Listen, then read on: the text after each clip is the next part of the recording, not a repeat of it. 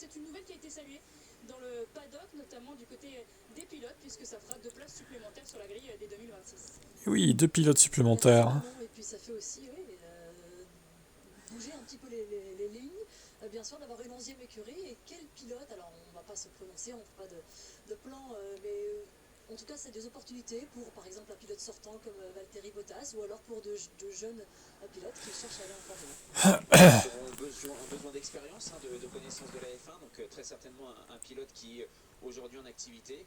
Après, on sait que voilà, c'est important pour la F1 aussi d'avoir un constructeur américain, développer ce marché américain. Et puis, pour un constructeur américain et développer le marché, avoir un pilote américain, c'est aussi très très important. Donc voilà, à voir, mais en tout cas, ça risque d'être très intéressant. Et c'est un très très beau constructeur pour la Formule 1. On sourit parce qu'on croise Paolo Campinotti et Jean Alesi qui sont là. Jean, allez-y. Campinotti del Mondo, dit Jean Alesi, effectivement, son équipe Pramac. Jorge Martin, son pilote, tout jeune champion du monde en MotoGP, que vous suivez bien sûr sur les antennes de Canal. On continue dans cette voie des stands, quelques minutes avant le début de cette première et unique séance d'essais libres. Et on va parler d'Alpine, l'équipe française qui est en verve sur ses derniers rendez-vous. Loïc, c'est vrai que la performance du Brésil, bien sûr, est venue donner un coup de boost dans leur fin de saison. On va préparer ce petit live timing. Donc là, on rappelle, c'est un week-end sprint, hein, du coup, voilà. Il va falloir pronostiquer les premières qualifs tout à l'heure, à 19h. Pas oublier. C'est hyper positif, il y a une bonne dynamique, c'est eux qui font la différence pour le moment. Après attention, hein, c'est très serré entre ces constructeurs pour cette 6e place. Donc ce sera vraiment pas simple, mais c'est vrai que la dynamique en tout cas est de leur côté, et puis il faut essayer de surfer la vague pour réussir à empocher ses points. Et on va écouter Pierre Gasly qui évoque ce regain de Pierre Gasly. Dans l'ensemble, c'est sûr que quand on regarde Austin, Mexique, Brésil, Vegas, c'est des circuits qui sont très différents, et on va dire sur la plupart on a été tout le temps compétitif. On arrive à aller chercher des Q3, on arrive à se battre pour quelques points. Donc il n'y a pas de raison, que ce ne soit pas le cas ici et à Abu Dhabi. Après, je pense que on est tous dans un mouchoir de poche en termes de performance avec les As et les AlphaTauri. Voilà, on sait que ça va être extrêmement serré. Je pense qu'on a l'avantage d'avoir 2 voitures avec Esteban qui vont être présents jusqu'à ce week-end et aussi à Abu Dhabi. Et on va essayer c'est pas grand chose, c'est juste un petit point, donc j'espère vraiment pour toute l'équipe qu'on va pouvoir aller chercher. Un petit mot sur la magnifique performance des Mercedes la semaine dernière. On en a parlé, des célébrations de George Russell, de ce doublé Mercedes qui peuvent peut-être, vous l'avez dit, souligner, Loïc, venir jouer les troubles faites ici. On sait que leur monoplace apprécie les températures fraîches, et là on est clairement sur des températures plus fraîches que l'an passé, donc peut-être un circuit qui pourrait leur convenir, et au-delà de jouer les troubles faites, aller chercher encore de gros points. Oui, d'autant plus que eux, je pense qu'ils imaginaient sur les 3 dernières courses de la saison avoir peut-être un peu plus de chance ici au Qatar en termes de performance pure. Quand on voit ce qu'ils ont fait à Vegas, quand on voit les conditions en effet qu'on a de fraîcheur, ça peut leur réussir. C'est pareil, ils ont une bonne dynamique et la volonté aussi de bien finir cette histoire avec Lewis Hamilton. Vegas a été une occasion ratée, parce qu'il rate la qualification. Sans ça, peut-être qu'il aurait pu jouer la victoire.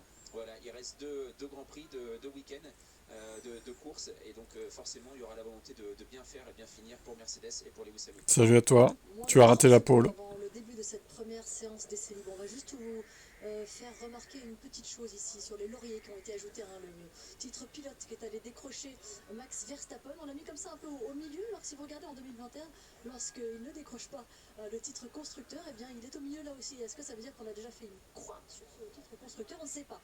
En tout cas, les chiffres parleront après ces 2 prochains Grands Prix. La première séance d'essais libres est seule de ce week-end. Elle est tout de suite avec vous, Julien et Franck. Merci Margot, merci Loïc. Effectivement, 1 heure de préparation seulement pour ce week-end qatari, avant-dernier rendez-vous de la saison, week-end sprint, ce qui signifie, Franck Montagny, qu'en 1 heure seulement, eh bien, les équipes doivent effectuer un travail de qualification. Super, on parle pour rien dire en fait. On peut donc l'insulter, cet Alvin. Saleté d'Alvin. On te déteste, Alvin. On te hait. Tu es le pire viewer, Alvin. C'est un peu une condition un peu particulière, mais ça veut dire aussi quand c'est un week-end sprint qu'on ne va pas s'ennuyer toute la journée, parce qu'il y a ni bien ni la totale, donc pour les pilotes comme pour nous, c'est un vrai bon moment. Et certes, la Formule 1 se rend ici sur le circuit de Losail quasiment 2 mois plus tard que l'an dernier. C'était début octobre l'an dernier lorsque la F1 était venue ici sous une chaleur accablante. Il fait certes un peu plus frais que l'an dernier, mais il fait surtout 2 fois plus chaud que la semaine dernière à Las Vegas. 26 degrés au sol, on était plutôt aux alentours. Il fait 20 dans l'air là. Ça, c'est pas la canicule. La piste 26. Ah oui, la piste est plus chaude par contre. 26, incroyable. Bien plus chaude qu'il y a une semaine à Las Vegas.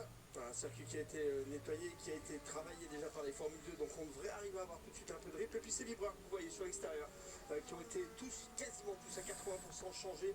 Vous savez, l'année dernière, on a eu beaucoup de problèmes de pneumatiques, ce qui a engendré beaucoup de problèmes pendant la course au niveau des pilotes, parce qu'ils n'avaient pas l'habitude de changer de pneus toutes les 5 minutes, donc de rouler à fond pendant 70 tours, ce qui a fait qu'on les a trouvés un peu fatigués à la fin de la course. Mais ça sera plus fatigué. Un peu fatigué, c'était bon. Mais d'habitude, ils sont très forts, ils roulent à 10 secondes des temps. Quand ils font 70 tours qualif, forcément, ça fatigue. Et oui, vous vous rappelez les conditions très particulières. Joli mot que tu dis sur Alvin.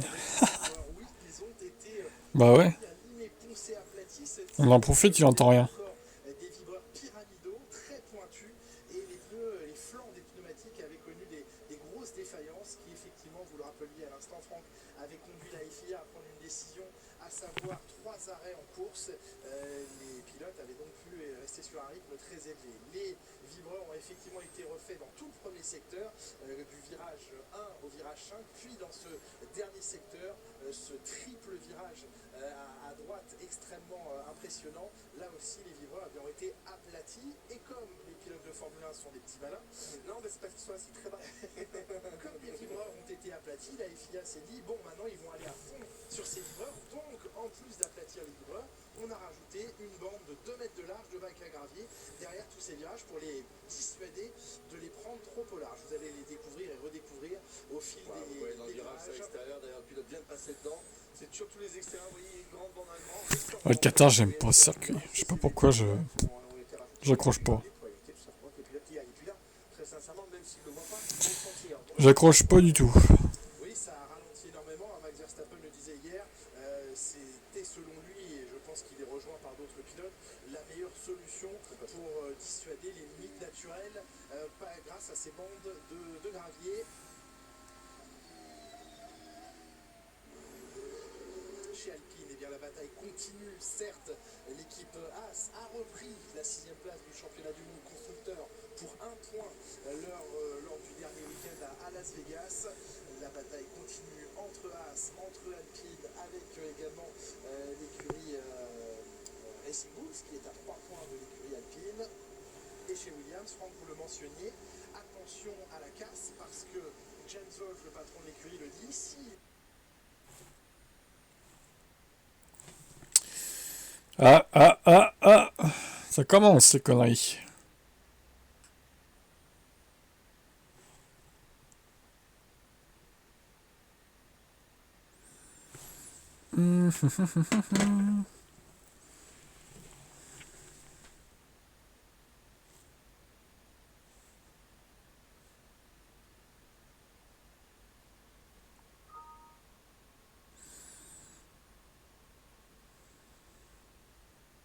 fait encore de la casse, il est possible qu'on ne puisse présenter qu'une seule voiture au départ de la course ici ou au départ à Abu Dhabi. On est archi à la limite. Ce que j'allais dire, les miracles, c'est pas tous les week-ends non plus. Ça fait longtemps qu'il n'y avait pas les voitures, et ça fait longtemps même avant le dernier crash du Brésil où ils ont dit on est limite de pièces. Alors là, franchement, je pense cette voiture roulera pas en course, c'est bien si elle a roulé. Bravo aux mécaniciens. C'est beaucoup des bons amis, on va dire, dans le paddock de vacances, et je parle surtout des mécaniciens.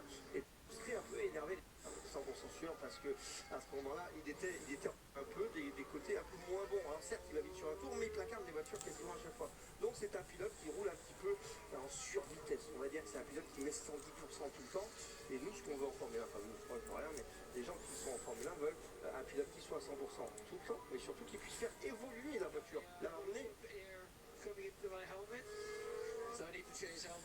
Un peu trop d'air pour Verstappen qui va changer de casque. Ils ont besoin d'un pilote en fait qui va les emmener surtout dans une écurie comme Williams où il faut prévoir l'avenir. Ça devient un peu plus difficile. Disons qu'on va plus vendre que la Pinto comme on pouvait le vendre là pendant l'intersaison. Ça va être un peu plus difficile pour lui d'être en F1 l'année prochaine. La balle de match, non pas celle de Novak Djokovic, mais celle qui tendait les bras à Max Verstappen, a été transformée dès le week-end dernier. Il ne sera plus rattrapé. Max Verstappen et deviendra donc à la fin de cette saison champion du monde pour la 4e fois de sa carrière. Reste à disputer un titre important. C'est certes moins prestigieux, ou en tout cas moins médiatique que le titre pilote, mais le titre constructeur est extrêmement important que se dispute maintenant McLaren et principalement Ferrari, même si Red Bull reste mathématiquement dans la course. McLaren a la possibilité ce week-end de décrocher le titre constructeur. Il faudrait pour cela inscrire 21 points de plus que Ferrari et ne pas en perdre plus de 8 sur l'écurie Red Bull. Il y a des conditions mathématiques que l'on suivra évidemment sur ce week-end sprint. On le rappelle, il y aura des points inscrits demain en course sprint, 19 tours, et beaucoup plus de points dimanche sur les 57 tours que comptera ce Grand Prix du Qatar. Salut à toi. Ça se passe plutôt bien pour lui, il commence à prendre confiance vraiment. Lui, il annonce dans les réseaux sociaux qu'il est capable d'aller taper, d'aller se battre avec le monstre Verstappen. Il a envie de cette place chez Red Bull, il a envie de faire celle de Perez. On sait que Perez n'est pas vraiment en forme en ce moment, je parle juste des résultats, parce que je vais m'arrêter sur le sujet Perez. Et Tsunoda fait plutôt les choses bien. On a eu peur un petit peu pour lui avec Lawson qui est arrivé, parce qu'on avait vu un Lawson très agressif par rapport à Tsunoda, mais Tsunoda a bien fait la différence, et pour l'instant, la référence, c'est bien lui.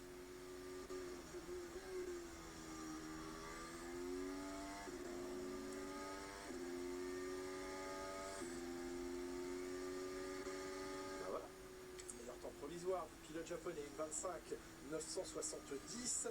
L'an dernier, la séance d'essai libre s'était signée en une 27-4 par Max Verstappen.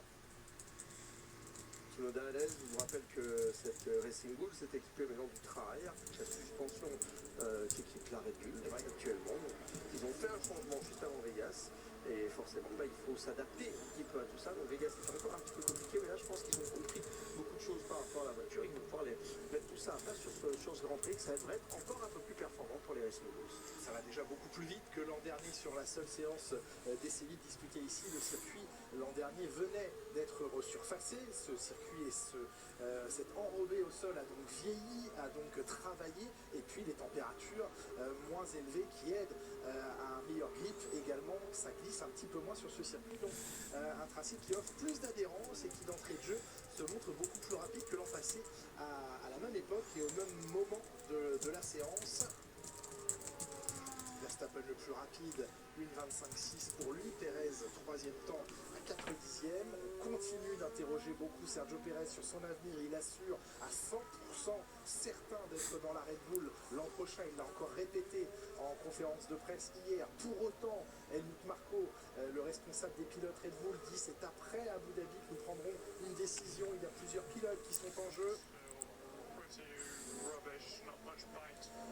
Et George Russell qui se plaint du manque de mordant de ses freins.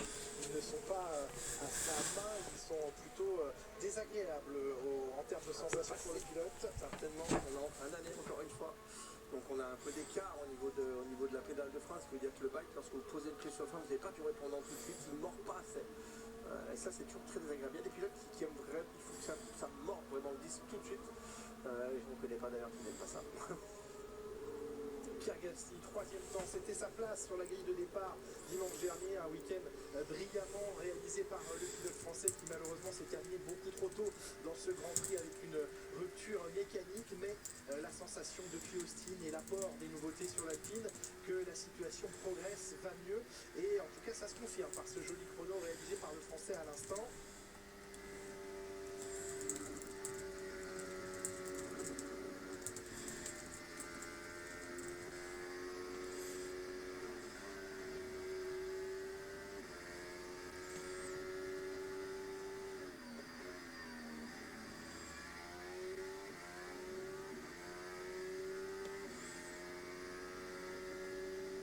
Au dernier secteur de ce circuit du Qatar, de ce circuit de Losail avec un Lewis Hamilton qui se prend une seconde par son équipier. magnifique, Franck. Ça emmène beaucoup de rythme, ça Complètement à la rue ce pilote. On relâche un tout petit peu, on est quasiment à fond, il faut être assez fin. Il faut être très bon sur son feedback au niveau de l'ingénieur parce que c'est pas des choses que l'on peut modifier énormément sur la voiture, un petit peu de hauteur de sont assez fines quand on est comme ça, juste avec un petit filet de gaz. Il ne faut pas se tromper. Carlos Sainz et Charles Leclerc qui sont sur de la gomme dure. L'un des rares teams à être sur la gomme dure. Le trafic, là c'est du slalom géant. Ah oui.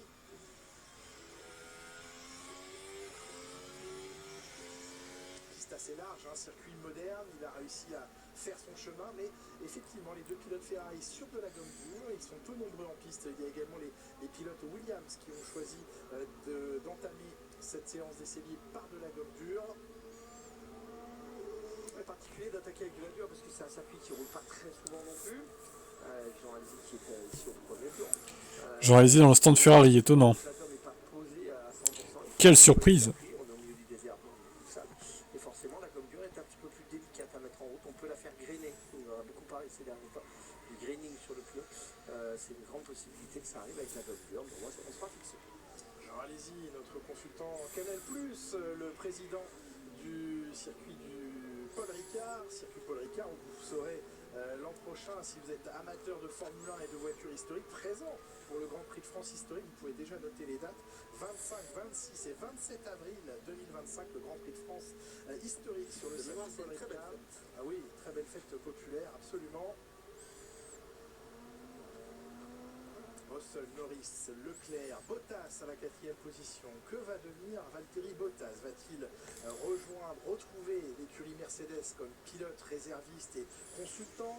Il dit, Valtteri Bottas, ne pas vouloir s'intégrer tout de suite à un programme complet en IndyCar, bien qu'il ait reçu une offre ferme pour effectuer toute une saison l'an prochain aux États-Unis. Lui ne se voit pas entamer et enchaîner directement après la fin de saison F1 sur un programme IndyCar. Par contre, eh bien, il garde coché dans un coin de sa tête et peut-être dans son agenda et 500 miles d'Indianapolis. Aura-t-il une possibilité d'effectuer cette seule course très particulière, Franck, hein? Ultra particulière. Les ovales, c'est un truc, quand on vient de l'Europe, et vous savez que souvent il y a ces petits guéguerres IndyCar F1 qui sont les meilleurs pilotes, tatati, tata, enfin bref, voilà, du sert à rien.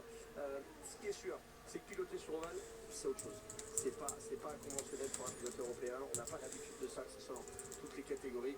C'est un peu, moi je me rappelle ça lorsque j'ai roulé là-bas sur les ovales. C'est un peu lorsque vous mettez assis sur un tabouret de bar, c'est un peu de vous fait tourner et qu'après vous rejoignez. Ouais, je pense pas, Sébastien. SC au red flag, je pense pas que je le prédise, moi. Dans les pronos. Les rapports de vitesse, c'est entre 50 et 25 RPM de différence entre la. Je pense pas que je le mette. Ah oui, c'est très étroit. Donc, non, c'est très étonnant. Ça m'étonnerait énormément qu'un pilote aujourd'hui jump dans la voiture là-bas, pour une course et arrive à performer sans faire de course. On verra ce qu'il adviendra de Valtteri Bottas. Écoutons-le, le pilote finlandais, sur son avenir dans le sport automobile, au moment où Pierre Gasly, vous l'avez constaté, a pris le meilleur temps, battu par son ancien équipier chez Red Bull, Max Verstappen, 1:23.885, grosse amélioration. Écoutez, Valtteri Bottas sur son avenir. Done yet with the sport, so I think for me it's important to stick around, whatever that will be. Ah, j'en ai pas encore terminé avec ce sport. Team, you know, I think Je it's pense important que pour to moi be c'est present. important de rester dans le It's important for me to get giron de la F1, some peu driving, importe dans some quelle testing, équipe, some shot. c'est important d'être Then, présent you just never know in the sport what et happens ça in me races. permettra peut-être de faire quelques roulages. On ne sait jamais ce qui peut se passer dans ce sport. Et on ne sait jamais, il pourrait être amené sur un problème d'un titulaire à être amené à remplacer et puis à l'arrivée dans un peu plus d'un an. Et oui, avec les Américains, on peut les faire venir ici. Et oui, Cagnac, on l'a dit tout à l'heure, rejoindra les rangs de la Formule 1 à compter de 2026. Il arrive au 11e écurie et donc 2 places supplémentaires. Mario Andretti, légende américaine de la Formule 1 et des courses américaines, champion du monde de Formule 1 en 1978, le disait, nous visons, parce qu'il sera impliqué, Mario Andretti, son fils ne le sera pas, mais lui le sera, nous visons eh bien, un pilote américain, jeune pilote américain. On sait que Colton Herta aujourd'hui a les faveurs, en tout cas tient la corde pour ce qui est d'être favori pour un baquet, et un pilote plus expérimenté, disait Mario Andretti. Et là, eh bien, peut-être que l'expérience d'un Valtteri Bottas pourrait faire la différence. Ce sera dans un peu plus d'un an pour 2026. Oui, mid-américain, on a quand même eu Daniel Ricciardo qui sort de la F1, qui a beaucoup d'expérience, qui a envie de se relancer. Ah là là, il faudrait les enlever les radios, je vous le dis, mais on rigolerait Ah pas. bah non, on se l'égare. Et pendant ce temps-là, Max Verstappen va rentrer au stand d'ici quelques instants avec Johan. Et oui, ce stand qu'on a quand même, vous voyez Badger là, avec ce titre ce quatrième titre de champion du monde, la voiture commence à rentrer, donc on va pouvoir voir avec les pneus médiums. Vous voyez que pour le moment il y a très peu d'usure sur ces pneus, il y a peu de grip en fait sur l'asphalte. Ça réalise le meilleur temps, donc une bonne entrée en matière de la Red Bull. On sait qu'il n'y a qu'une heure de séance d'essai, et on a une heure de séance d'essai aussi dans des conditions qui sont un petit peu particulières aujourd'hui, puisqu'on a commencé de jour, et puis on va terminer de nuit. Donc vous voyez les casques des pilotes qui sont au bout du... vous voyez les casques des pilotes qui sont de l'autre côté, pardon, en se dirige chez Red Bull.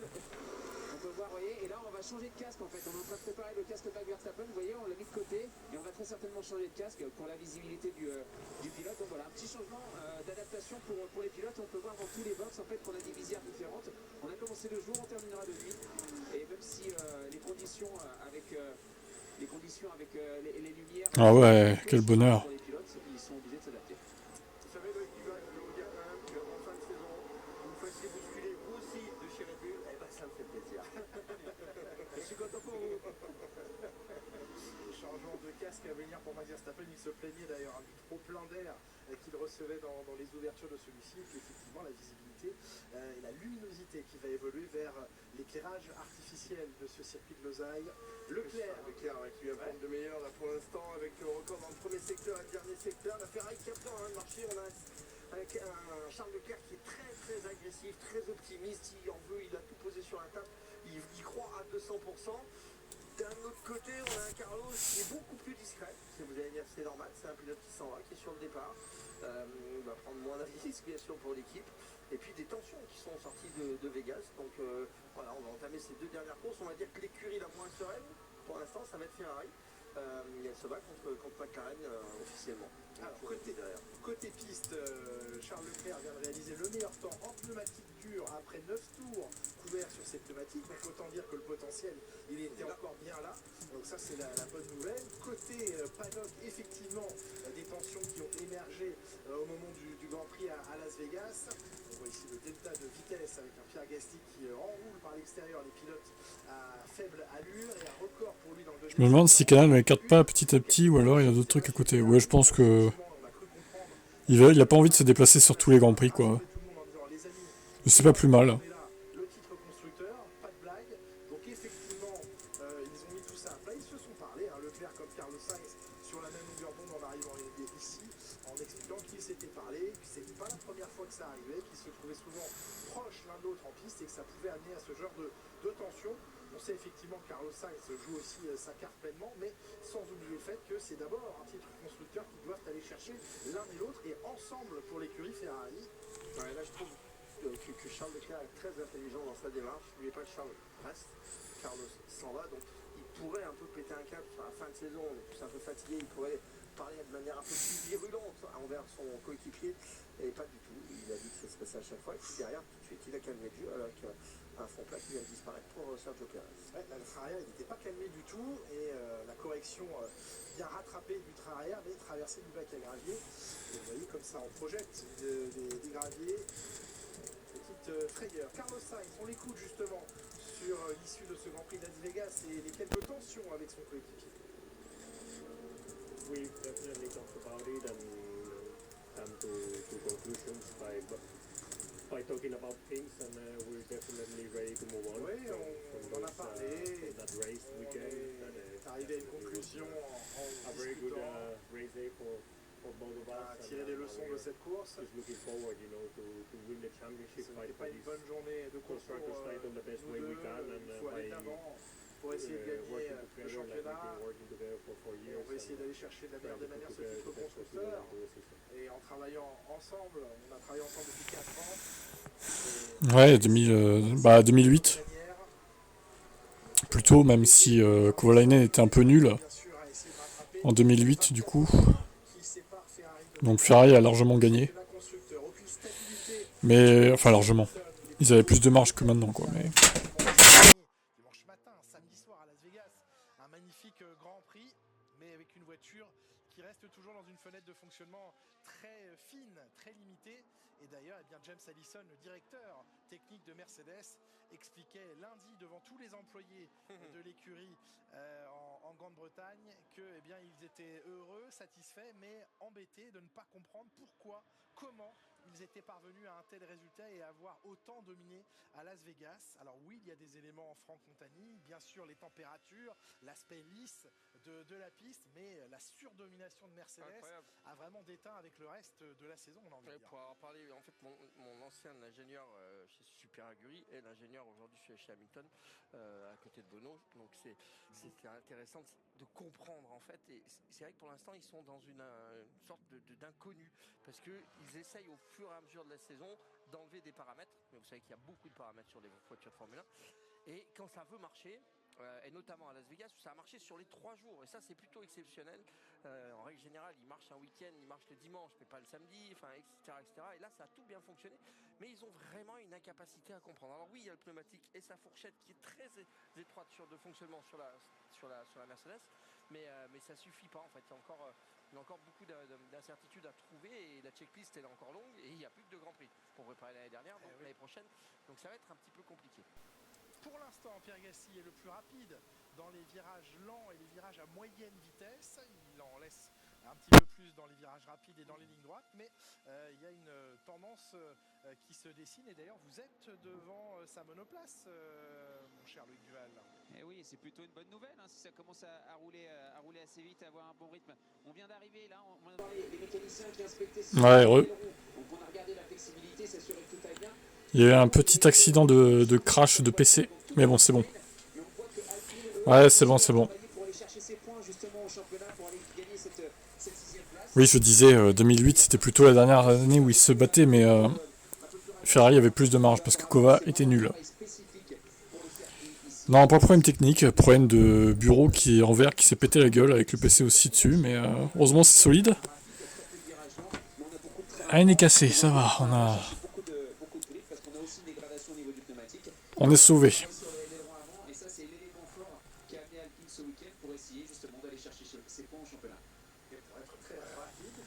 On est sauvé.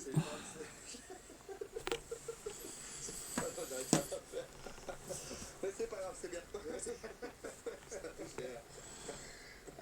Quasiment à mi-séance. C'est son côté italien, le Duval. D'ailleurs, c'est Douvalou. Ça, c'est son côté japonais. Leclerc, le plus rapide quasiment à mi-séance devant Verstappen et Pierre Gasly. C'est quand même pas mal ce que fait Pierre en ce moment. Alors, vous avez bien, c'est les questions que je vais poser. Gasly, Ocon. Oui, la saison plutôt proche. Oui, dans le domaine 10. Oui. Est-ce que là, on serait pas en train de mettre les pièces qu'on peut mettre sur la voiture de Gasly? Bah si, bien sûr. Évidemment que c'est ça. Parce que je crois quand même depuis quelques grands prix, on a facilement Bien sûr. je vois pas Ocon se démotiver et je vois pas Gasly d'un coup exploser. On est en fin de saison, on est tous là. Ah bah ma connexion est revenue apparemment. Connexion principale, bon bah. On va finir avec celle-là et puis on fera la qualif, on fera comme d'hab. Je pense que ça va être mieux comme ça. Vu que là il reste 30 minutes, ça va. Je ne sais pas qu'Esteban, mais vous faites bien de vous interroger. Ce qui est certain, c'est qu'Esteban Ocon, lui, va tout donner jusqu'au bout dans cette écurie. Est-ce que pour autant, il est nostalgique en cette fin de saison? Écoutez Esteban Ocon. Je fais tout comme si j'allais rouler avec l'équipe l'année prochaine. Moi, je fais tout au mieux possible et avec la même motivation que quand je suis arrivé dans cette équipe en 2020. Maintenant, c'est clair qu'il y a des petites choses qu'on commence à penser pour la préparation, pour la suite aussi, pour la préparation du test aussi à Abu Dhabi. Donc voilà, tout ça c'est important pour le futur, pour moi, mais le focus principal reste sur les 2 week-ends qui viennent et le job que je dois faire avec Alpine jusqu'à là.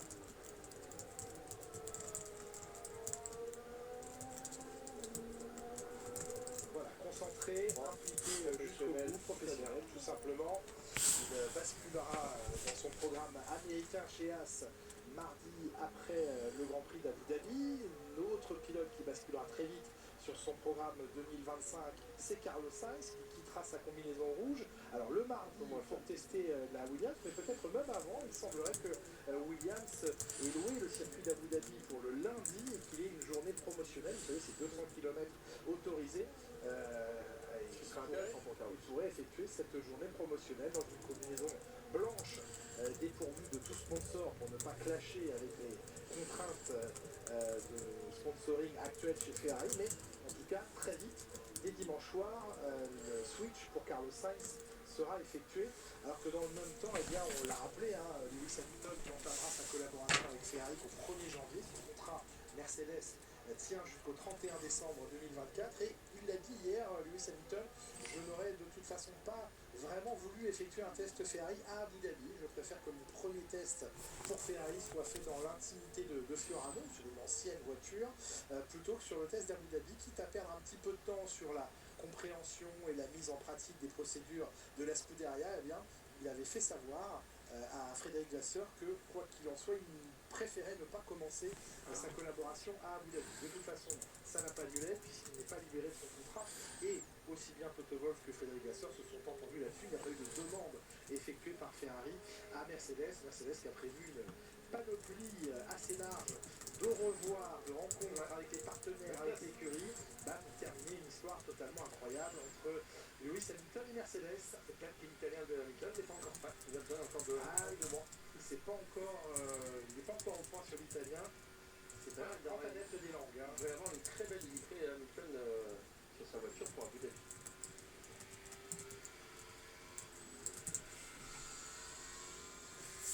Effectivement, la Mercedes qui se parera de beaucoup de noms. Les fans peuvent réserver, en tout cas postuler à avoir leur nom. Ça se passe sur le site de Mercedes. C'est pour une bonne cause qui plus est.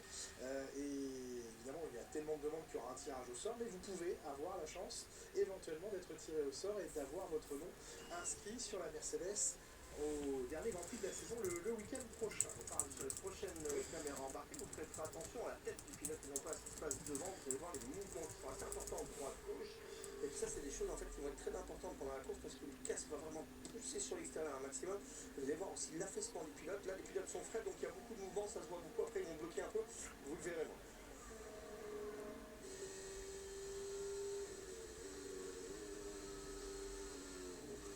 Allez, là aussi, petite traversée du bac à gravier. Attention au plancher, au fond plat. Et décrochage sur de la gomme neuve dans cette deuxième partie de séance. On parle d'avenir avec vous, Loïc Duval, et on profite d'être devant le garage de Liam Lawson pour parler du baquet, ou peut-être des baquets restants dans la famille Red Bull. Et oui, écoutez, ils sont repartis en piste, mais la vraie question, voilà, c'est ça, qu'est-ce qui va se passer? Est-ce que les noms vont changer là-haut? Voilà, je voulais échanger aussi un petit peu avec vous. Quel était votre sentiment? Moi, j'ai quand même l'impression que ça va être un petit peu compliqué de faire bouger les choses chez Red Bull. Et donc, du coup, derrière, ça va être compliqué aussi de bouger ici. On sait très bien que ce sont un peu les chaises musicales. Voilà, donc j'ai le sentiment que ça va rester comme ça. Mais on sait qu'il y a Isaac Hadjar qui est derrière, qui va être regardé très prochainement lors des tests à Abu Dhabi. Voilà, est-ce qu'il y a une vraie concurrence entre les deux? Est-ce que c'est déjà décidé? C'est le gros point d'interrogation. Mais c'est le dernier baquet potentiellement de libre pour la saison prochaine. Voilà, à vous de nous dire ce que vous en pensez. Pas sûr. Pour le début de saison, je suis d'accord avec vous. Attention, on a un nouveau pilote d'ailleurs chez Alpine, il s'appelle Douane. Et si je ne me trompe pas, je pense qu'il a un contrat qui n'est pas si long que ça. Je parle pas d'année, je parle de course. Donc potentiellement, vu que la Pico avec une grosse cote jusqu'à présent, mais que ça vous allez chez Red Bull, je sais pas. Je pense que ça peut changer. J'ai envie de croire quand même qu'on va mettre Tsunoda dans la Red Bull à la place de Perez. J'ai quand même très envie d'y croire parce que j'aime beaucoup ce sport et que je trouve inadmissible d'avoir quelqu'un qui roule à ça, c'est mon avis personnel. Donc je pense que ça peut se faire. Et puis ça mettrait potentiellement notre pilote français en position de rouler. Mais tout ça va dépendre des tests qui vont se passer à Abu Dhabi. Si Hadjar il explose tout le monde pendant les tests, et je parle pas des tests du vendredi, parce que Hadjar va rouler dans une Red Bull. Quand on roule dans la Red Bull le vendredi, on n'a pas les pneus, on a de l'essence, on va pas faire des performances. Il ne faut rien s'attendre des jeunes pilotes quand ils roulent dans des gros teams comme ça. Je parle également pour Arthur Leclerc, ça va être compliqué aussi de performer dans ce moment-là, parce qu'on ne veut pas casser les voitures, c'est des jeunes pilotes qui découvrent la F1. On va leur faire des tests d'aéro et ce sera très bien. Mais le lundi, ou mardi, après le test des jeunes pilotes, là il faut qu'Hadjar vraiment il soit en position de force. Et si ça veut bien la jouer, je pense que ça peut le faire. Moi je pense que ça peut évoluer.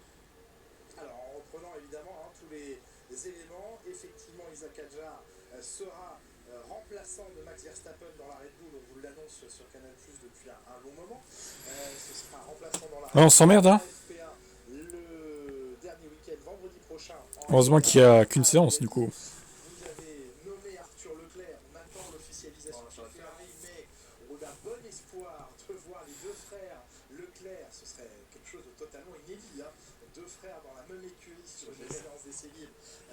Ce serait un truc incroyable. On va laisser à Ferrari le loisir de nous le confirmer officiellement, mais on va dire qu'on y croit beaucoup. Voilà, on y croit beaucoup. Et puis ensuite, effectivement, ce mardi, où Isaac Hadjar retrouvera le volant de la Red Bull, ça décroche à nouveau, cette fois c'est pour Piastri, sur l'autre McLaren. Effectivement, il y a un sujet autour d'Isaac Hadjar. Si ça ne tenait qu'à 100% à Helmut Marko, c'est certain qu'il serait dans la voiture. J'ai vraiment envie de croire qu'Isaac Hadjar sera en Formule 1 l'année prochaine. Maintenant, il reste pas mal de choses à faire. J'ai aussi l'impression que c'est plus politique et lié à tout ce qui se passe autour de Pérez que véritablement ce qui va se passer. Évidemment, s'il satellise la voiture vendredi matin et mardi, ça va pas aider. Moi, je pense qu'il va aller aux US. mais voilà, il y aura aussi un test prévu pour Yuki Tsunoda dans la Red Bull, dans l'autre Red Bull. Ah oui, tu as des Franco, il a décroché en montant sur le train avant.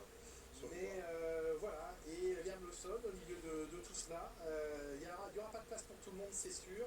Est-ce qu'à un moment, Red Bull va dire ça coûtera ce que ça coûtera, mais on sort du contrat à Pérez, parce qu'évidemment on sait qu'il y a une nuée d'avocats qui aujourd'hui se battent pour faire valoir les intérêts du contrat.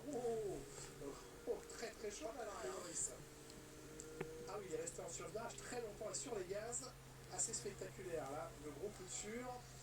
En tout cas, voilà, il y a un aspect très juridique et limite judiciaire, financier évidemment, et ensuite le souhait de Helmut Marko de placer ses pilotes. On sait qu'il y aura discussion après la fin de la saison avec les actionnaires de Red Bull également, qu'à nouveau tous les chiffres leur sont présentés et qu'il faudra prendre une décision, mais peut-être qu'aujourd'hui le mieux placé des pilotes qui ne sont pas certains d'avoir un baquet, c'est peut-être Isaac Hadjar.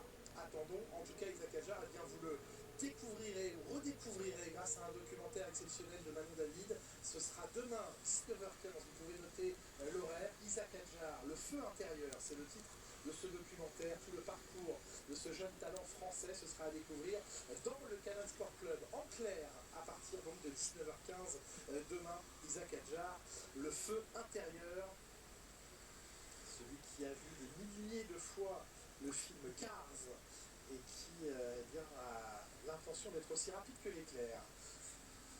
Leclerc et Sainz, ce sont donc les pilotes les plus rapides en piste pour l'instant. Là, on voit effectivement des décrochages assez auto. Pardon, c'est Vettel qui s'est laissé pousser les cheveux. Effectivement. Sosie de Vettel.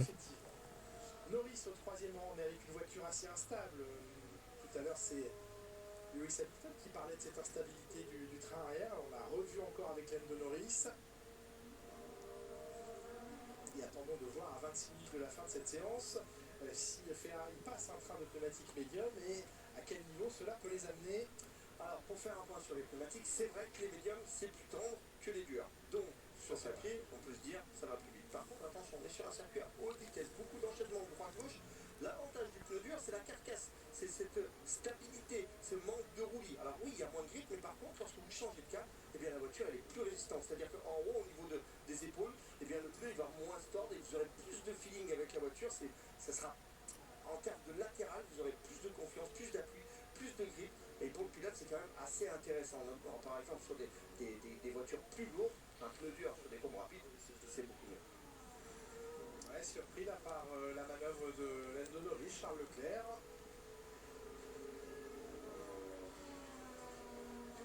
Disons qu'on est plus de 300 km/h partout, donc dès qu'il y en a un qui ralentit, les pilotes de Formule 1 connaissent très bien les trajectoires. Mais par contre, pour se mettre hors trajectoire, pour éviter un problème, c'est pas des trucs qu'on a l'habitude de faire, donc c'est très compliqué. Les virages les moins rapides ici, ce sont les... Ah oui, c'est le meilleur secteur en numéro 2. Ouais, dommage, le tour va s'arrêter là pour lui.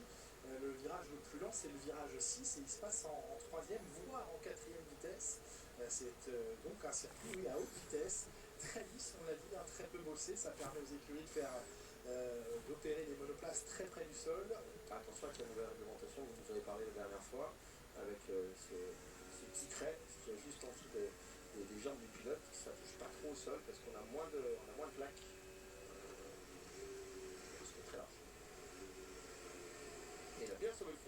Ouais, c'est ça que je vous disais, c'est un peu la partie avant, juste derrière les roues arrière. Cette partie-là, en fait, elle est quasiment plus protégée, beaucoup moins qu'avant. Et la planche qui a à différents endroits, cette partie-là, elle va être vérifiée un peu plus qu'auparavant, donc il faut y faire très attention. La voiture va être un peu plus haute que d'habitude. L'avant de la voiture, demande Pierre Gasly, sous les yeux de Liberholt, le team principal de l'écurie Alpine. Ça arrive au bon moment. Oui, beaucoup de changements cette année, de transition pour l'écurie Alpine qui se restructure, qui se consolide, qui fait des choix. On le sait maintenant avec le choix moteur de Mercedes à compter de 2026, ainsi que la boîte de vitesse, le train arrière complet de Mercedes, assez nécessaire pour l'implémenter et l'intégrer au châssis. Sainz, toujours sur sa gomme dure, qui poursuit son effort dans le deuxième secteur et qui va passer la ligne, peut-être avec un meilleur temps, oui. On va le voir apparaître tout au fond de l'écran d'ici quelques instants. Carlos Sainz. Salut à toi. Meilleur temps pour l'Espagnol, une 23,068. Il améliore la marque de 3 dixièmes et demi face au temps de Leclerc. Pole position de l'an dernier. Je n'ai pas posé la question de manière courtoise parce que vous savez que j'ai l'habitude de vous la poser. Mais je vous réponds avec grand plaisir. Une 23,778. Ah oui, on a tout explosé. C'est d'ailleurs c'était le record du circuit. Bon, bah, vous avez compris que le record il est déjà tombé. Une 23,068. Chaque amélioration maintenant sera 23-0, ok. Bon. la manière évidemment. Si, oubliez, bien sûr. N'hésite pas à les oublier. Hein. Moi, ça m'arrangera. Après, j'ai encore de la marge, mais bon. À moi de faire en sorte de maintenir l'avance, on va dire. Non, c'est plat, c'est un circuit de merde en même temps, le Qatar. Je crois que le Qatar, là, c'est l'un des pires du calendrier, hein, je vous le dis. Pour moi, c'est l'un des pires. Hein. Je sais pas si c'est le pire, mais c'est un des pires. Le top 3 des pires. Vraiment, il est vraiment aseptisé, ce circuit vide, sans défi particulier. A été testé par Carlos Sainz sur la première séance d'essai libre à Las Vegas, qui a ensuite été retiré, qui, selon C'est terrible. les termes employés par Joe Clear, ne devait plus réapparaître cette saison. Et bien non seulement il réapparaît, mais il pourrait même être gardé. C'est qui l'a dit de cette défaction, hein. Petit coquin quand même en Formule 1. Ah non, c'est pas bon du tout. Oh là là, voilà. Je préfère Abu Dhabi, limite. Et Bahreïn, largement. C'est vraiment parce que tu l'as insisté. Ouais, je sais pas, le tracé, les environs, l'infrastructure, j'aime rien de ce circuit en fait. Quand on commence à regarder un petit peu en l'air. Et il est désormais le Canadien à l'expérience la plus longue en Formule 1 avec 164 départs. Bahreïn, ouais, ça va. Il a battu se faire. Pire que le Paul Ricard. Bon, Paul Ricard n'est plus au calendrier, mais. Ouais, ça se vaut, je dirais. Je pense. Paul Ricard est pas passionnant non plus. Hein.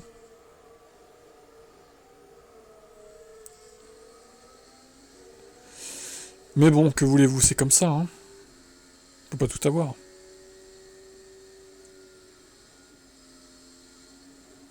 L'argent est roi. Formule 1.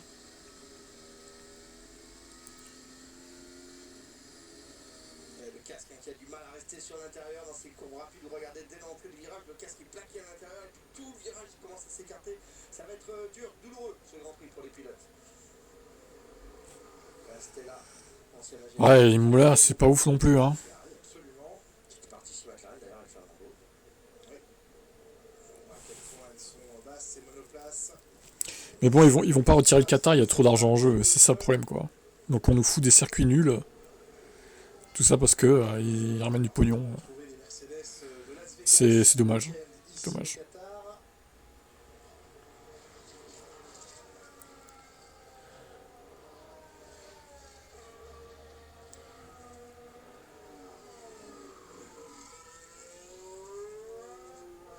Très léger retard à l'issue du premier secteur pour Lando Norris.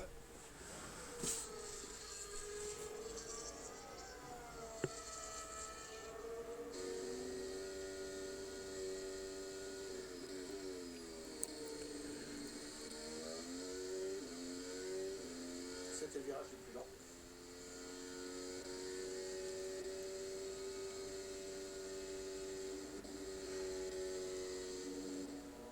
Et ça reste à fond hein, dans les deux premiers virages de ce quadruple droite. Ça va faire mal. Ah oui. Ça va faire mal. Ça va faire mal. Oh, le plongeon dans les stands, Norris. L'optimisation de retour au stand pour tomber à 80 km/h dans cette entrée de... En fait, j'ai l'impression Qatar, ils se sont un peu inspirés du tracé de Bahreïn. Ou l'inverse, je sais pas exactement, mais Bahreïn est mieux, en fait. Travail d'entraînement pour ces mécaniciens, le bon emplacement pour s'immobiliser et la monoplace qui... Je sais pas, il est plus étriqué, plus serré. Il offre plus de défis, je trouve, au niveau pilotage que Qatar, qui est trop permissif, je dirais. Déjà. Et il y a trop de grandes courbes au Qatar, ça me plaît pas. Les grandes courbes, c'est bien qu'il y en ait un peu, mais pas trop non plus, quoi. Les virages serrés, c'est bien aussi. qui n'a pas voulu aider. Bref, après... c'est comme ça, hein. Trafic en piste, il y en aura tout à l'heure au moment de la première séance de qualification et de la SQ1.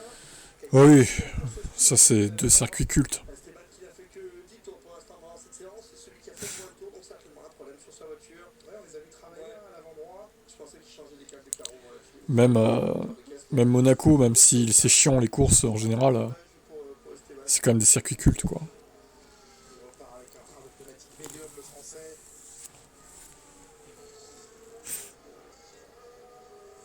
C'est équilibré, hein, la bataille Gasly-Ocon aux qualifications 15 à 14 à l'avantage de Pierre Gasly. Il reste donc 3 séances de qualification cette année, une pour la course sprint. On la vivra un petit peu plus tard. Aujourd'hui, ce sera à 18h15 la qualification sprint, toujours sur Canal+ Sport. Et puis bien sûr demain, la course sprint, puis la séance de qualification pour le Grand Prix.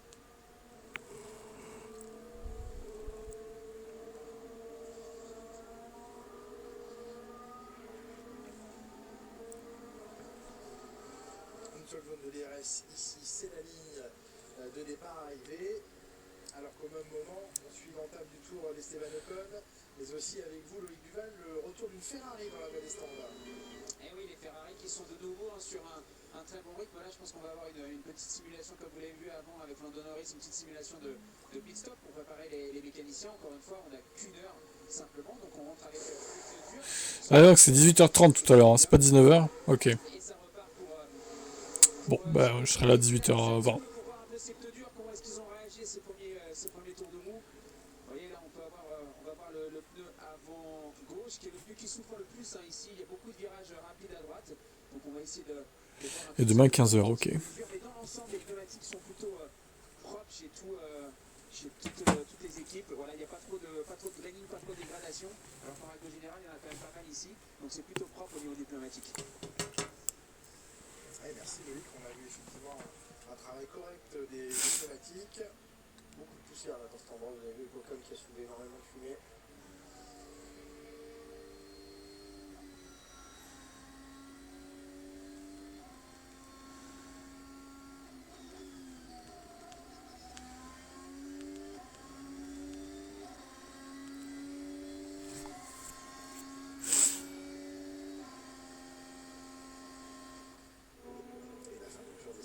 Ocon qui améliore son temps en 2024, 908, qui se repositionne au 13e rang, devant Perez, 14e, et sous les yeux de Gabriel Emini, le jeune pilote de l'Alpine Driver Academy. Il a perdu le championnat de France, c'est ça, si je ne me trompe pas. Il me semble qu'il l'a perdu sur une attaque assez géniale dans le dernier tour. Qui reste un jeune protégé de Nicolas Todd, qui est mis sur lui depuis les années karting, avec évidemment un peu plus d'espoir maintenant pour les jeunes pilotes, et notamment ceux qui seront issus de la F2, d'avoir ces 2 places de plus qu'apportera l'arrivée de l'écurie Cadillac en Formule 1 en 2026. Reste à savoir qui accédera à ces paquets, qui réussira à s'extraire de la F2. Alors ils sont nombreux cette année à s'extraire de la F2 vers la F1. Il y aura évidemment Anthony Lee chez Mercedes, Bortoleto chez Sauber qui deviendra Audi, également Colapinto. Alors on ne sait pas s'il trouvera un volant permanent l'année prochaine, mais il sera de toute façon passé par la case F1. Il est allé se garer un peu loin, notre camarade.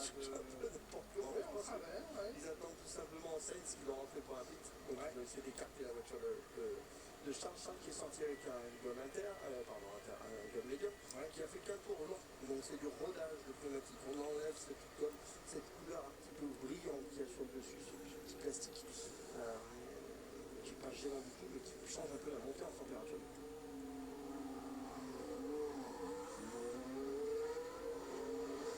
Ferrari et Sainz préparent. Il y aura Birman bien sûr chez As également, et donc peut-être Isaac Adjar, en tout cas la promotion en 2024 F2 sera fournie, comment dire, offrira pas mal de pilotes à la riche fournisseuse.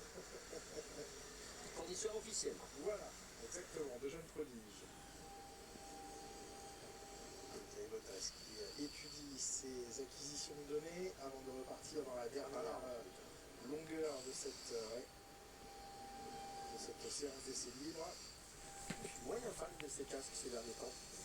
Et on observe au même moment avec vous, Loïc, les pneus de Ferrari. Oui, on peut voir là avec Charles Leclerc qui vient de rentrer, il y a la même chose. Allez, 12 minutes encore. Oh, c'est long, hein. Oh. Donc ils sont partis avec ces pneus neufs, ils ont fait un tour de sortie, ils sont tout de suite rentrés au stand, pardon, c'est juste pour tirer cette petite paraffine là qu'il faut avoir. Bon, les Merco, c'est pas trop ça, hein. Voilà, et en fait on a fait vraiment un tour de Je pense qu'ils ont de l'essence, mais bon. certainement des pneus qui vont être utilisés. J'espère. Vous savez, quand on rentre au stand pour avoir la performance tout de suite du pneumatique, quand on est à la sortie du box, voilà, donc c'est pas très souvent qu'ils le font, mais là c'est ce qu'ils ont fait. Alonso 7ème, oh là là. C'est la même chose. L'Aston Martin redevient meilleur. Je vous ai pas écouté. Pérez. Pérez a une seconde de Verstappen, c'est le tarif, hein. C'est habituel, il n'y a pas de souci.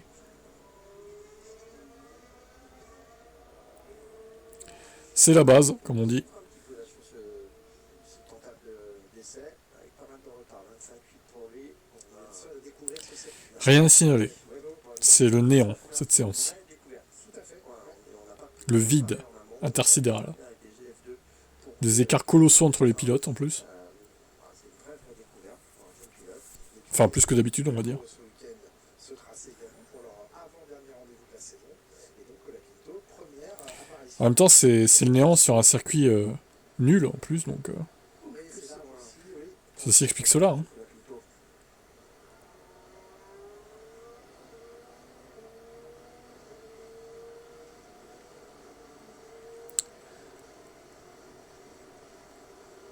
Christian Horner qui a été aperçu de nouveau chez Williams le week-end dernier à Las Vegas a de nouveau fait flamber les spéculations autour de Franco Colapinto. Non. Bah, qu'est-ce que tu veux mettre un jaune là-dessus? Il y a des dégagements partout. Enfin, ici, il peut y avoir un jaune, mais pas de crash. Enfin, c'est très peu probable qu'il y ait un crash, là. Le choix de Jack Swan et... Pérez, oui, toujours à une seconde de son équipier, hein, ça change pas. Alors qu'il a été annoncé, alors qu'il a choisi son numéro de course pour l'année prochaine, eh bien... Mais oui, il y en a qui se gargarisent, hein, des essais libres. Hein. Ils disent « Oh oui, 3 séances, il faudrait même 4 séances, oh oui !» Oui, bah non, hein, ça va aller. Hein. Parce qu'il y a un Colapinto face à lui, et que ce serait d'ailleurs Moi, je veux un week-end sprint à toutes les courses, en vrai. Hein. dans le viseur de l'écurie française. Là, c'est la Formule 1. Pour moi, ça devrait être ça. Hein. C'est aussi tout le charme. Par contre, une fois qu'on est ancré dedans, c'est plus difficile pour sortir. Mais quand vous venez d'y rentrer, c'est plus compliqué. Par contre, s'il y a un sprint à toutes les courses, niveau pronostic, ça va être un peu chaud.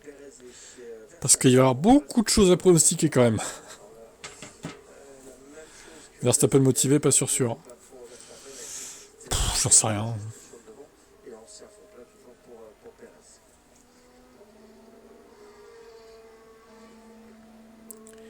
L'année prochaine, il n'y aura même pas 100 points à la fin de la saison, je suis sûr. En vrai, c'est possible. Si la Red Bull progresse pas, c'est pas impossible que ça se passe comme ça. Les pilotes, les équipes ont besoin de laisser libre. Ouais.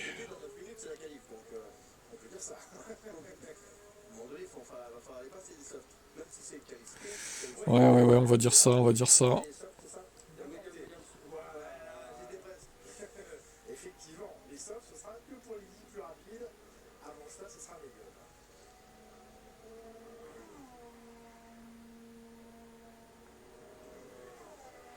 faut un petit kit. Voilà. Oui, si on rentre dans la Q3, pourquoi pas. Ah, c'est colossal. Alors là, ça veut quelque chose à plus de 250 km/h. Ouais, Robin, effectivement. Pas 2 centimètres de marge. Il faut la mettre au bon endroit, avec la Kipcho. bonne impulsion, la bonne position sur la pédale. Et un troisième temps pour Alex Albon, chaussée de pneumatique tendre bien sûr, mais ça reste un joli chrono effectué par le pilote thaïlandais, 23 465, et avec l'obligation de ne pas abîmer la voiture, interdiction de la cracher. Novak Djokovic, la légende du tennis, présent ce week-end.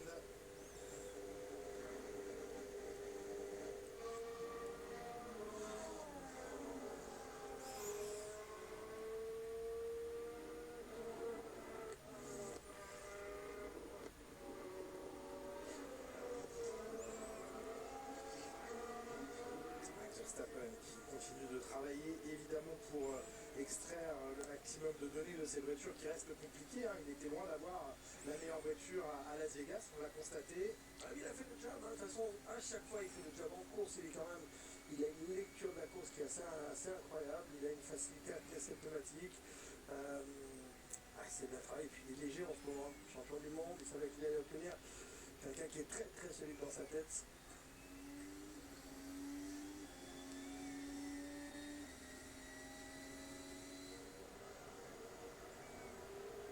Passage à la gomme tendre également pour lui, on le voit sur son écran, sur son dash, que le chrono référence est amélioré, micro-secteur après micro-secteur. J'ai reconnu ma Mercedes. Shit. Leclerc, grosse amélioration avec un premier secteur affiché en 30. Pff, j'y arriverai pas, je pense. Et voilà le chiffre qu'il faut observer en haut à droite, Franck. Ouais, le petit 0,55, 5 dixièmes d'avance sur sa référence, 4 dixièmes, vous voyez le changement, ça évolue. Là, actuellement, c'est Red Bull, ouais. En bleu, le plus 0,5 plus 12. Eh ben, je sais pas ce que c'est, donc je vais pas vous le dire. J'aurais l'impression quand même que c'était les pneumatiques. Oui, côté droit, parce que le côté droit était en rouge complet, et le côté gauche était en bleu.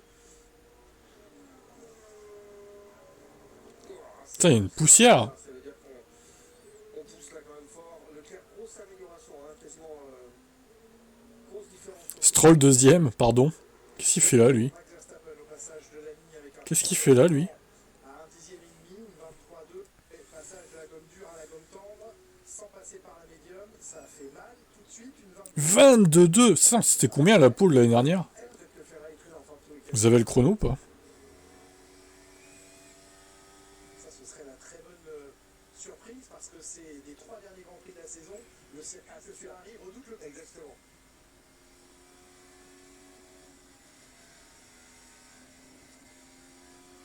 « 23-7 l'année dernière. Pouh. Oh bah, ils vont l'éclater le temps de la pole d'une violence assez facilement, là. Waouh. Confirmera ou non en qualification tout à l'heure. Après, c'est rare que 1 et 2 finissent. Ok, ok. C'est vrai, mais Bravo à toi, si t'arrives à la reconnaître. Quand on voit le dixième d'écart. ouais, grosse avance pour Charles Leclerc. En tout cas, qui prend ses marques et qui prend la confiance. Exactement, c'est comme ça qu'on démarre un bon week-end. Il l'a dit tout à l'heure, si on démarre du bon pied, on peut faire un très bon week-end. En ce moment, la confiance fait beaucoup de choses. En fait, quand on est confiant dans la voiture, surtout sur ces fins de saison, on la connaît par cœur la voiture. Et bien, Donc là, on a déjà battu le chrono de la pole l'année dernière de 1 seconde et demie. Tout va bien, quoi. Ok. les premières places, là, il vient que les 7 dixièmes à Carlos Sainz. Ça, c'est un gros boost de confiance. Ça va finir en combien? En 1,19, 1,20? Cet après-midi, il faut que ça s'enchaîne vite et bien. Ouais, ça enchaîne vite et bien pour les McLaren. 30.3 pour Piastri, battu par Norris dans le premier secteur en 30.2. Elles font l'effort maintenant, les McLaren. Ah, c'est loin pour Piastri. Non, pardon, c'était Hamilton que sur le côté, c'est proche pour Piastri. Ouais, 22 Ouais, k c'est proche, c'est proche. Et ça peut aller encore plus vite pour Lando Norris. La fin du tour de Lewis Hamilton au passage de la ligne. Le pilote britannique au volant de sa Mercedes qui va signer le 6e temps seulement. C'est vrai, vous l'avez dit. Et Mirko qui sont à peu près dans le même chrono. Hein. Pff. Sur la ligne. Bah, voilà. On est reparti dans de la merde. 6 et 7. Voilà, Mercedes à 1 seconde. C'est... Voilà. Que dire d'autre? Alors évidemment, encore une fois, hein, c'est la qualif qui donnera un éclairage, mais Ouais. intéressant de voir la progression proximité. C'est vrai qu'ils ont corrigé tout ça au final, donc ça doit jouer. Il est allé au large. Ils peuvent plus s'attaquer, je pense. Pour vérifier son fond plat. Oh, et puis il a tapé longtemps. Ouais. Par contre, les vibreurs, il faut pas trop les prendre quand même, parce que le fond plat, Bah, à la limite, il vaut mieux taper comme ça. Parce que la partie la plus haute du circuit est sur votre fond plat. Enfin, sur votre fond plat, sur votre place. Et sur votre ça a l'air assez haut certains vibreurs quand même. donc pas sur la partie carbone. Là, par contre, on est sur le carbone. Ils vont les flinguer leur bagnole, vous allez voir. Comment aux ingénieurs. Et ouais, c'est ça. Ça demande des vérifications. Même chose ici, passage au large pour la Red Bull dans le virage numéro 15. C'était Max Verstappen en pleine attaque. Vous voyez la quantité d'ailerons arrière. Toujours Ultra braqué. Ouais, très très très braqué. J'ai rarement vu autant d'appui. Là, je suis dans le paddock, la McLaren à l'avant. Ils ont un aileron, c'est un mur, vraiment un mur. Esteban Ocon qui progresse sur ses secteurs personnels. Il ne faut pas être détruit moralement, il faut continuer à travailler, c'est pas grave, il faut être bien dans sa tête. On finit la saison, on en attaque une autre, avec de nouvelles couleurs. Un très beau projet qui attend Esteban Ocon en 2025. On se languit déjà, bien sûr, de vivre avec vous cette saison 2025. Ah, puis la 2026 aussi. Puis la 2027. Et bah, avec 28, c'est bien le chiffre. Ah, puis 29, c'est Ah, le oui, c'est bien, c'est nous, c'est bien. Allez, la Formule 1 sur Canal+, depuis 2013 jusqu'à au moins fin 2029, on se réjouit. Ça a l'air plus haut que d'habitude, ouais. Après, c'est moins dangereux que l'année dernière, les vibreurs, a priori. Donc, à voir ce que ça donnera. Quelle saison 2025 exceptionnelle nous attend. L'arrivée, bien sûr, de Lewis Hamilton chez Ferrari, ce sera un morceau d'histoire gigantesque à vivre. Est-ce que dans le même temps, Max Traître Lewis qui va chez l'ennemi. Honteux. de champion du monde, est-ce que Ferrari sera la monoplace J'espère au moins qu'ils vont lui prendre une fusée. Hein. ou non? Est-ce que l'expérience acquise par Lando Norris cette année chez McLaren le conduira à se battre dès le premier Grand Prix de la saison prochaine pour le titre mondial? Autant de questions et toutes ces réponses que l'on obtiendra au fil des 24 Grands Prix qui nous attendent l'an prochain, qui vous attendent sur les antennes de Canal. Et pourquoi pas 3 Français en Formule 1 l'année prochaine? Il y en aura 2, ça c'est sûr. Pierre Gasly chez Alpine, avec déjà beaucoup d'orientations données par Pierre Gasly pour changer beaucoup de choses sur cette voiture et des changements profonds qui devraient beaucoup aider l'écurie française. Le projet dans lequel va s'impliquer Esteban Ocon chez As, qui sera associé à Toyota, un projet là aussi qui prend beaucoup de volume. Ah, il va être leader aussi, ça va être parfait. Oui, bien sûr, il est attendu comme le pilote référence dans cette équipe, aux côtés d'un redoutable jeune pilote, Oli Berman, et puis peut-être un 3e Français. On va attendre encore quelques jours pour peut-être en avoir la... Seulement en italien. Magnifique. Ils ont pas dû comprendre que j'avais encore changé de chaîne, peut-être. Il y aura peut-être plus de monde tout à l'heure. Et ils sont 7, hein, mais ils parlent pas, quoi. Je pense que ça méritait un fond. Non, je serais passé à fond. Vous serez passé au fond, ça vous êtes facile. Gros cœur.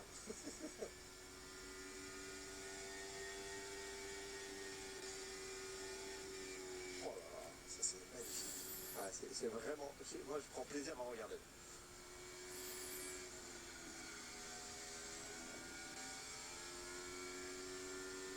« 21-9. Allez hop, en dessous des 22. Tu viens de remettre une souche. C'est dingue. Leclerc qui vient de remettre Une couche. Une souche. Oui, non, mais une couche. Une souche. Ah oui, moi j'ai compris une souche. Oui, bah, c'est parce que j'ai dit une souche. Et je vais dire une couche. Et une fameuse souche. Oh, George, je sais pas s'il arrivera en F1 l'année prochaine. Hein. J'ai quelques doutes. Hein. M'étonnerait. Sauf s'il vire Perez, là, bon. Du coup, ça change tout, mais. S'il garde Perez, ça changera rien du tout. Hein. C'est la fin de la saison. Bon, bah, les écarts, ouais, bon. J'espère que ce sera plus serré en qualif. Leclerc va garder le meilleur temps avec ce petit coup de souche rajouté en toute dernière minute. Drapeau à Daniel, il va avoir l'occasion de... Ah, mais est-ce qu'ils vont l'éjecter, Perez? C'est pas ce qui est dit dans les dernières rumeurs. Hein. Constater l'an dernier à quel point l'avantage était au côté gauche parce que le côté droit était vraiment très poussiéreux. Voyons si la situation est légèrement meilleure, voire s'est améliorée cette année. Ils ont l'air de tellement y tenir, alors Perez, là. Les Ferrari qui entourent les McLaren c'est peut-être mieux que ce qu'on espérait chez Ferrari. Bien sûr, c'est une séance d'essai libre. Ça n'est pas la vérité de la séance de qualification. Leclerc qui a mis un sacré gap avec le deuxième. Bon bref, de toute façon je vais vous dire à 18h30, un peu avant pour les qualifs. Pensez à pronostiquer.